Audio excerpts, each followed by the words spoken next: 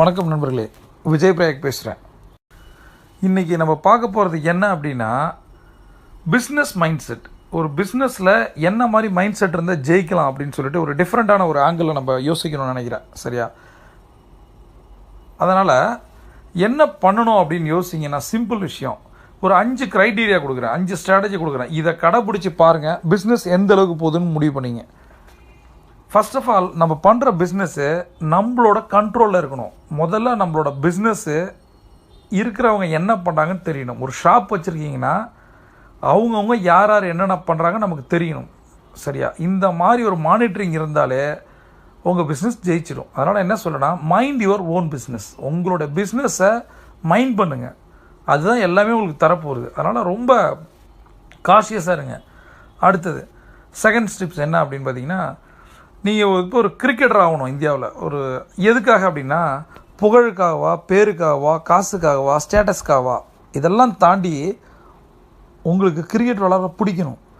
எதிர்கொண்டு வர்ற ஒவ்வொரு பாலையும் அடிக்கும், சிக்ஸாக மாற்றும் போது இருக்க கிக்கு, அது அலாதியான விஷயம். அதையே தான் சொல்கிறேன். பிஸ்னஸும் இதுக்கு விதிவிலக்கு இல்லை.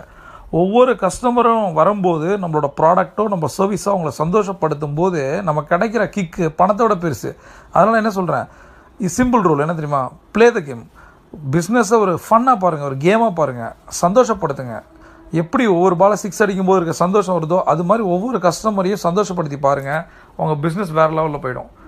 3வது டிப்ஸ் என்ன அப்படின்னு பார்த்தீங்கன்னா, எப்பயுமே உங்களோட பாயிண்ட் ஆஃப் வியூலேருந்து கஸ்டமரை பார்க்காதீங்க. ஒரு ஓனரை நினைக்காதீங்க. ஒரு ப்ராடக்ட்டே சர்வீஸை விற்றீங்கன்னா அதில் என்ன லாபம் வருதுன்னு பார்க்காதீங்க. எப்பயுமே யாருக்குமே மார்க்கெட்டிங் பிடிக்காது, ஆனால் சொல்யூஷன் ப்ரொவைடராக பிடிக்கும். அதனால் வர்ற கஸ்டமருக்கு சொல்யூஷனை கொடுங்க. எது அவங்களுக்கு பெஸ்ட்டோ அதை கொடுங்க, எது உங்களுக்கு லாபமோ அதை கொடுக்காதீங்க. அந்த மாதிரி பண்ணிங்கன்னா கஸ்டமர் கடைசி வரைக்கும் அவங்க கூட இருப்பாங்க. 4வது டிப்ஸ் என்ன அப்படின்னு பார்த்தீங்கன்னா, இப்போ ஒரு ஊருக்கு போகிறோம் அப்படின்னா, எந்த ஊருக்கு போகிறோம் நம்ம முடிவு பண்ணுறோம், எதில் போகிறோன்றதை முடிவு பண்ணுறோம், எப்போ போகிறோன்றதை முடிவு பண்ணுறோம். சரியா? ஒரு சாதாரண ஒரு 5 கிலோமீட்டர், 10 கிலோமீட்டர், ஈவன் 50 கிலோமீட்டரு, அதுக்கே இவ்வளோ பிளான் இருக்குல்ல. நம்மளோட பிஸ்னஸ்ஸு எங்கே போகுதுன்னு நமக்கு தெரியணும். சரியா? எங்கே போகுதுன்ற விஷயத்த முடிவு பண்ணிட்டு தான் நாம் இங்கே கிளம்பணும். சரியா? அதனால் உங்களோட இலக்கை ஃபிக்ஸ் பண்ணிட்டீங்க, எங்கே போகுதுன்னு. 5 வருஷத்தில் உங்கள் பிஸ்னஸ் எப்படி இருக்க போகுது, அந்த 5 வருஷத்தில் பிஸ்னஸ் இருக்கணும், ஒரு பெரிய அளவு சக்ஸஸ் வரணும்னா இன்றைக்கி என்ன பண்ணணும்னு தெரியணும். அதனால் எதையுமே ஒரு டாஸ்க் வச்சு ஒர்க் பண்ணுங்கள். நான் சிம்பிளாக சொல்கிறேன், மேக்கப் பிளான். அவ்வளோதான். கடைசி டிப்ஸ் என்னென்னா, ரொம்ப ரொம்ப இம்பார்ட்டன்ட் டிப் இதுதான். என்ன அப்படின்னு பார்த்தீங்கன்னா, ஒரு கஸ்டமருக்கு நம்ம ஒரு ப்ராடக்டையோ சர்வீஸாக கொடுக்குறோம். சரியா? பட் அது என்ன அப்படின்னு பார்த்தீங்கன்னா, நம்மளோட சேல்ஸே அவங்களுக்கு சர்வீஸ் தான். சரி, ஃபார் எக்ஸாம்பிள் நம்ம ஒரு கோட் ஷாப் வச்சுருக்கோம்னு வச்சுக்கோமே. இதில் ஒரு கோட் வாங்க வர்ற கஸ்டமர், ஒரு பிளேசர் வாங்க வர்ற கஸ்டமர் ஒரு ஃபங்க்ஷனுக்கு போகிறாருன்னா அந்த பிளேசர் எல்லாரையும் அட்ராக்ட் பண்ணணும். அந்த பிளேசர் அவர் போட்டுட்டு போகும்போது அவருக்கு ஒரு சந்தோஷம் இருக்கணும், ஒரு கெத்து இருக்கணும்.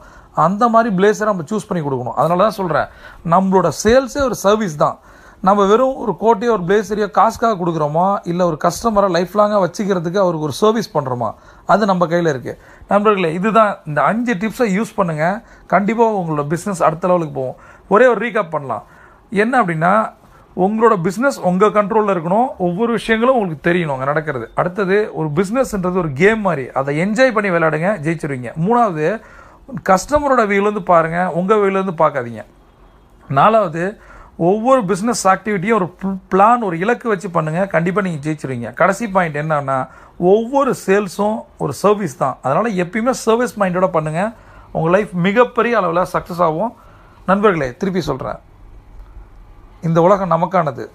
கலக்க போகிறோம், ஜெயிக்க போகிறோம்.